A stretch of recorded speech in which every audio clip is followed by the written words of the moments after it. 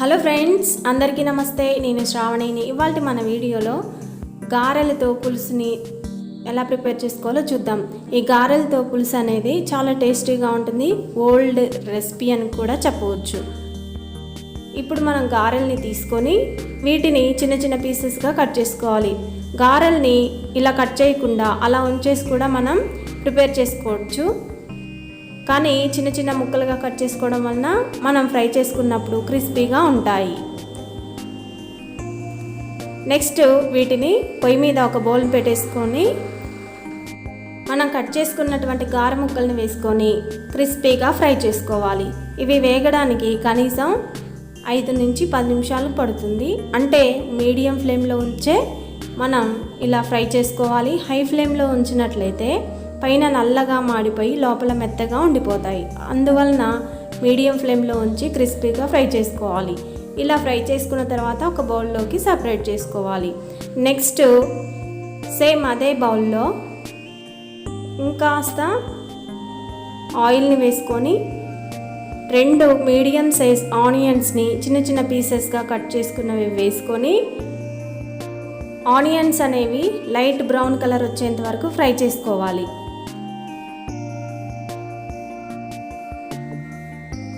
Next 2 లేదా 3 పచ్చిమిర్చి ముక్కల్ని వేసుకోవాలి.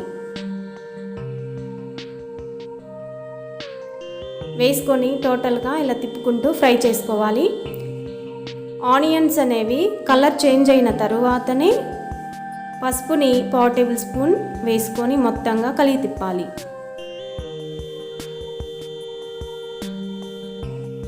పసుపుని వేసుకున్న తర్వాత 1 నిమిషం పాటు ఆనియన్స్కి పట్టే విధంగా ఇలా కుక్ చేసుకోవాలి. తరువాత 1/2 లీటర్ వరకు చింతపండు నీళ్ళని పోసుకోవాలి.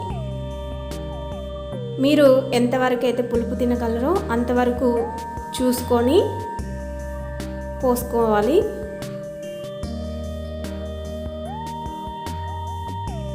చింతపండు నీళ్ళని పోసిన తర్వాత 1 స్పూన్తో ఇలా మొత్తంగా కలుపుతూ తిప్పుకోవాలి. ఇలా మీడియం ఫ్లేమ్లో ఉంచి సాల్ట్, రుచికి సరిపడినంత సాల్ట్, కారం 1 టేబుల్ స్పూన్ కారం వేసిన తర్వాత ఇది మరిగేంత వరకు ఇలా మరిగించుకున్న తరువాతనే 1 టేబుల్ స్పూన్ జీలకర్ర పొడిని వేసుకోవాలి. అలానే కర్రీ లీవ్స్ కూడా వేసుకోవాలి. మరుగుతూ ఉన్నప్పుడు వేసుకుంటే చాలా టేస్టీగా ఉంటుంది. ఇందులోనే 1 టేబుల్ స్పూన్ ఇంగువని కూడా వేసుకొని మరిగించుకోవాలి. డ్రై రోస్ట్ చేసుకున్నటువంటి 1 టేబుల్ స్పూన్ ధనియాలు, 1 టేబుల్ స్పూన్ బియ్యంని ఇలా పౌడర్ చేసుకోవాలి. ఈ పౌడర్ మొత్తాన్ని మరుగుతూ ఉన్నటువంటి పులుసులో వేసుకోవాలి. తరువాత కొత్తిమీరని కాడలతో సహా వేసుకోవాలి. కొంచెమంతా కొత్తిమీరని వేసుకున్న తర్వాత 3 నుంచి 4 నిమిషాల వరకు మరిగించుకోవాలి. మరిగించుకున్న తరువాతనే ఫ్రై చేసి పెట్టుకున్నటువంటి గారె ముక్కల్ని వేసుకోవాలి. గారె ముక్కల్ని వేసుకున్న తర్వాత మీడియం ఫ్లేమ్లో ఉంచేసి కుక్ చేసుకోవాలి.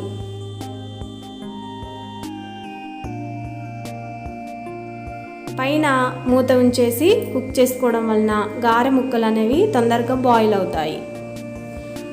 5 మినిట్స్ తర్వాత ఒకసారి చూద్దాము.